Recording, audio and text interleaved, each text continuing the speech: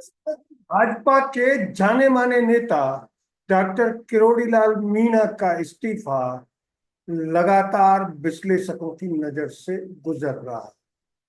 विश्लेषक इसे असंतुष्ट गुट के अगुआ के तौर पर आगे बढ़े हाथी के, यानी शतरंज की बिसात पर देखें तो असंतुष्ट गुट ने अपना एक हाथी आगे बढ़ाया है। लेकिन इसके पीछे की असल कहानी कुछ और है।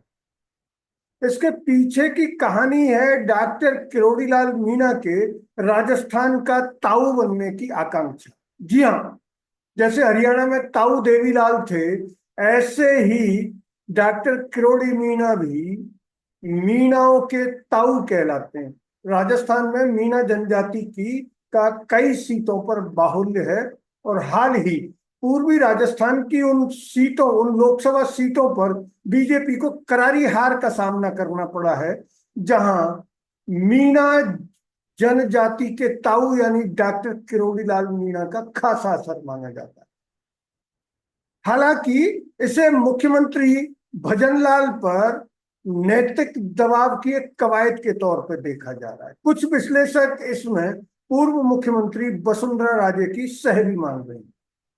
लेकिन असलियत है कि डॉक्टर किरोड़ी मीणा ने इस इस्तीफे के जरिए आला कमान से वह दर्जा मांगा है जो उन्हें नई सरकार बनने के समय दिया जाना प्रतीक्षित था।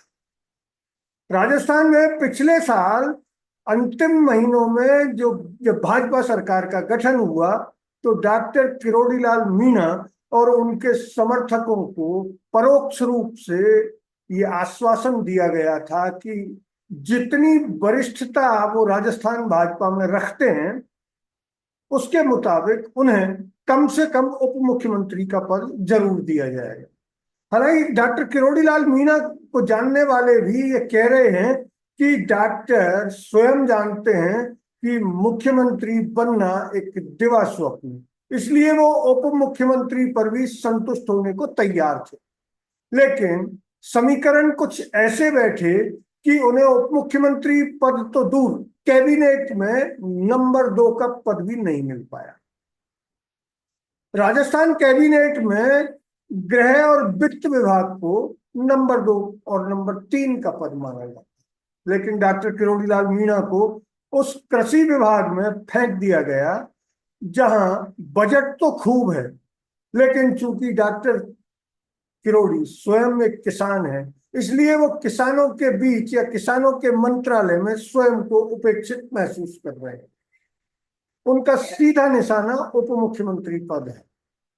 दिल्ली से कुछ जानकारों ने बताया है कि डॉक्टर किरोड़ी लाल मीणा ने लोकसभा चुनावों का रिजल्ट आने के साथ ही रघुकुल रीत सदा चली आई, जैसे एक पुराने गोस्वामी तुलसीदास जी की रामचरितमानस का एक दोहा ट्वीट किया था।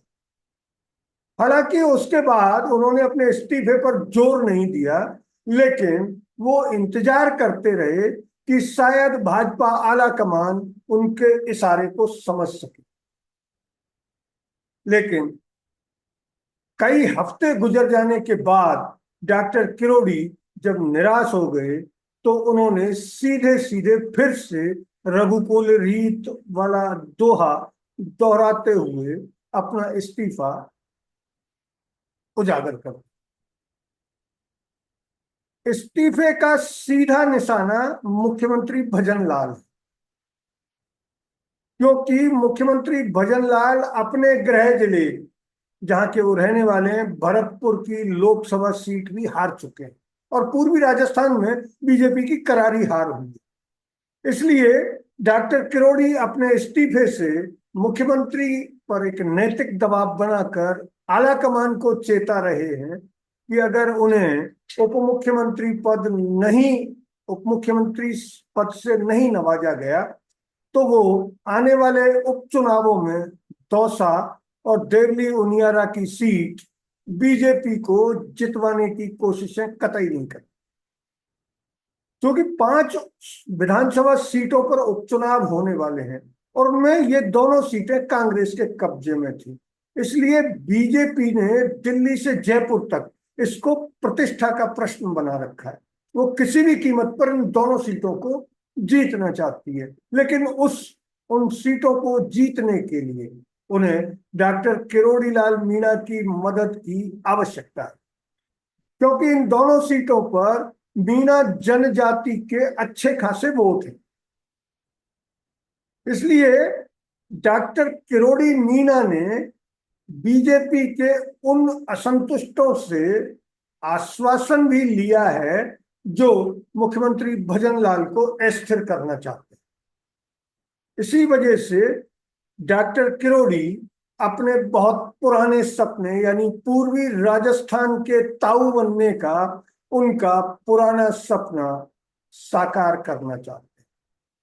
इसमें कोई दो राय नहीं है कि पूर्वी राजस्थान की मीणा बाहुल्य सीटों पर डॉक्टर किरोड़ी का अच्छा खासा असर है और उन्हें राजस्थान के मीणाओं का पोप भी माना जाता है। इस वजह से इस इस्तीफे को अभी तक जो स्वीकार नहीं किया गया है वो सीधे सीधे दिल्ली पर दबाव है। दिल्ली अभी इस मामले में कोई फैसला करने की स्थिति में नहीं है।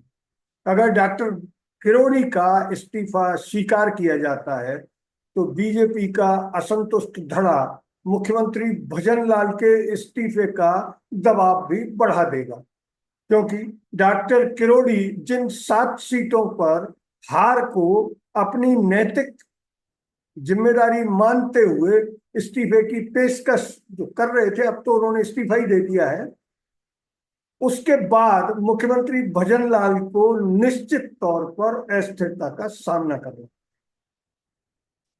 अगर ये वीडियो आपको अच्छा लगा तो इसे लाइक करें, शेयर करें और हाँ, हिंदी हेडलाइन चैनल को सब्सक्राइब जरूर करें। धन्यवाद। जय हिंद।